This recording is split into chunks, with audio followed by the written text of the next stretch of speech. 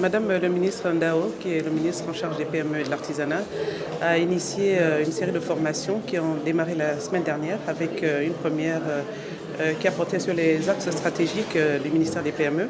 Et aujourd'hui, nous suivons donc une formation sur le management, la délégation et la répartition des tâches au sein de nos différents services. Nous avons commencé donc par une activité brise-glace qui a consisté à dessiner, ou du moins à représenter notre patron sur un dessin. Et cet exercice nous a beaucoup fait rire parce que beaucoup ont pu ainsi présenter leur patron tel qu'ils le voient réellement. Il s'agit d'un séminaire de formation adressé aux responsables du ministère des PME et de l'artisanat, notamment les secrétaires généraux, les directeurs généraux, les directeurs et les chefs de service. La formation porte sur le thème « Savoir déléguer avec efficacité et motiver son équipe ».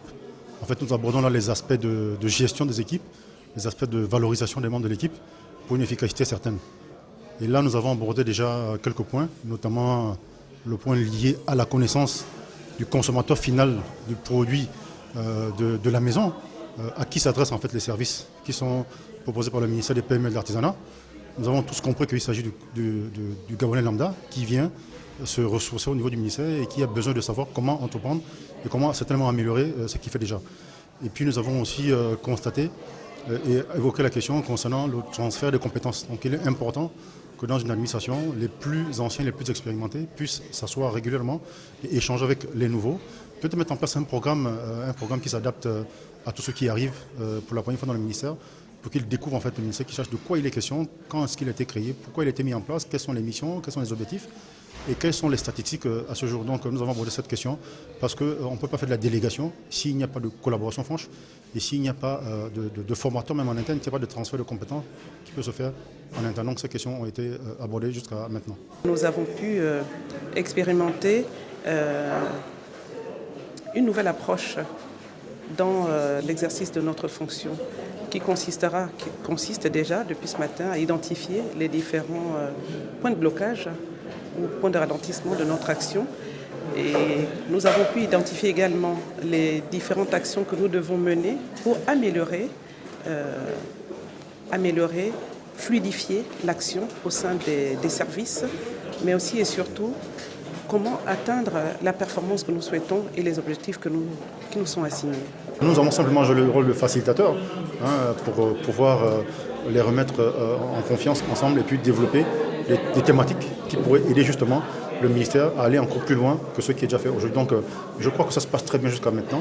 Nous allons encore pour un peu 2 heures, 2 heures et demie.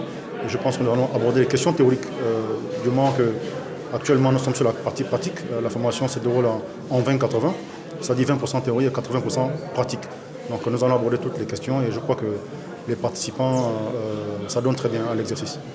Une entité est dynamique, une administration dynamique, elle est appelée à évoluer. Pour qu'elle évolue, il faut forcément qu'il y ait une certaine,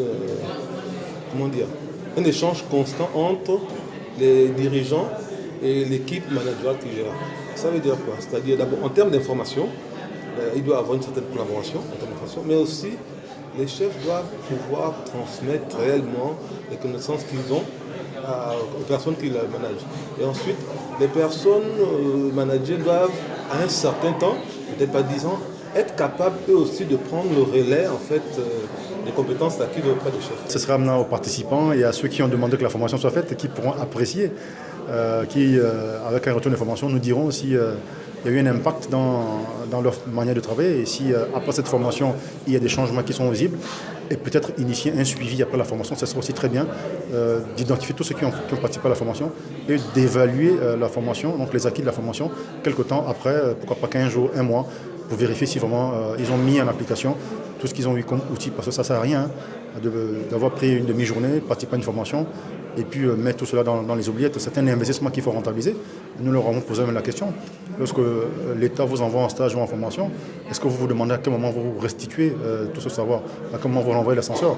C'est quand le retour sur cet investissement.